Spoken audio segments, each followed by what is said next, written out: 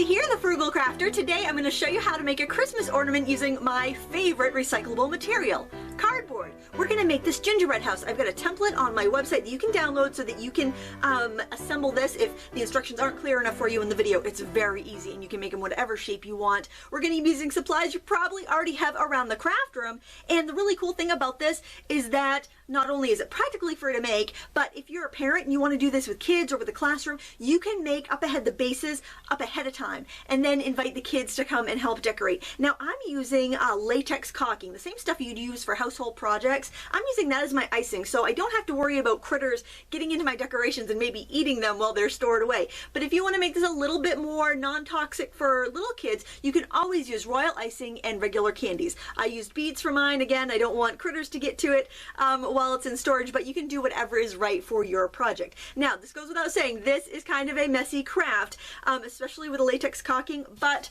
I had no problem getting all of that caulking off my hands and all the glitter off of my hands with Lava Soap. They are our sponsors today. I do thank them for their sponsorship, and I encourage you to try it too. If you just want a soap that's gentle to your skin but really gets the grime off, this will do the trick. So without further ado, let's go to the table and I'll show you how it's done.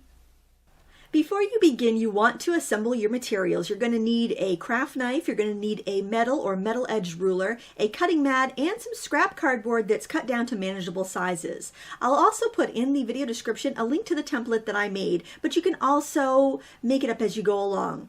You basically need to have symmetrical pieces. So you're going to need a piece for the front and back of the house. That's the part with the pitched roof there. You're going to need two side pieces, so they're like the side walls of the house, and they should be as tall as the flat part of the front of your gingerbread house. And then you're going to need two roof parts, and the roof parts are going to be as wide as the distance from the top of the peak of your front and the kind of where that angle meets on the edge. You also want it about a ½ inch longer than your side pieces because it'll give you a little bit of an overhang. So you want to cut two of each of those pieces, and then we're going to start gluing.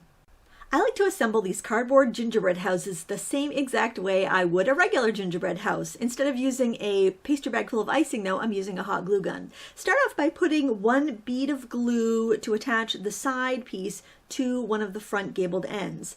And then after you've done that, repeat that with the other side piece. So we're building a really strong foundation here. Now you might need to hold that piece in for a few seconds until it sets up, but it's worth the effort because it'll just kind of keep everything nice and sturdy. Now you can set it on its edge.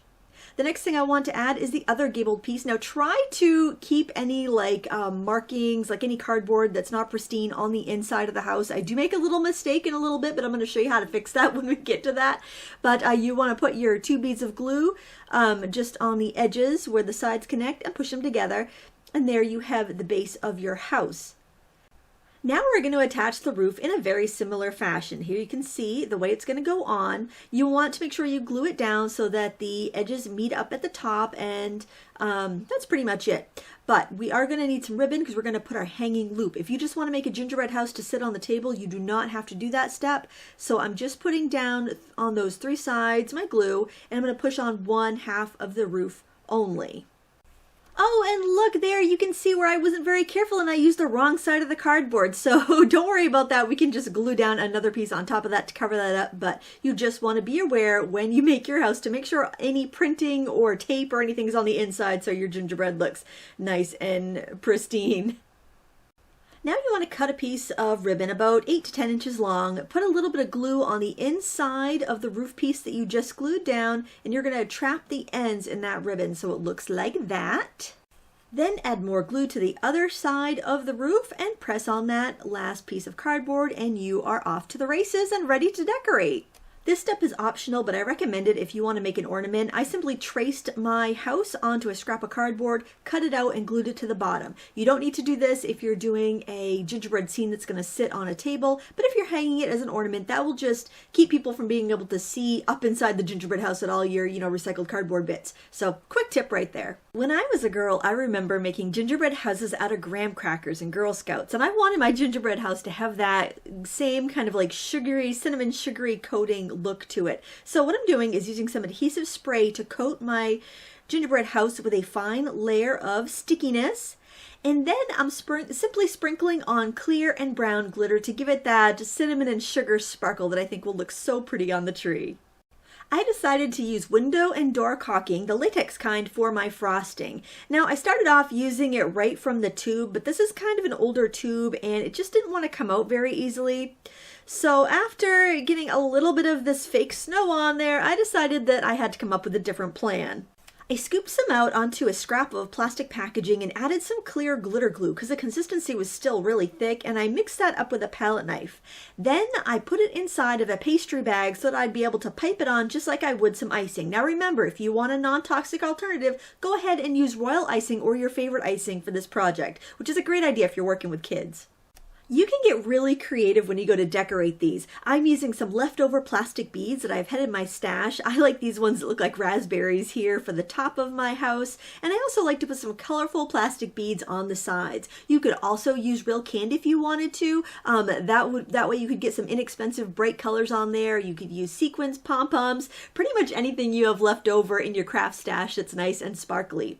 For a final touch, I decided to use some really chunky glitter. This is the Diamond Dust Twinkly glitter, and I'm just sprinkling that over the entire gingerbread house so it can catch in the snow and make the snow look extra glistening. I think this is super special, and I think any kid or adult would love to do this project.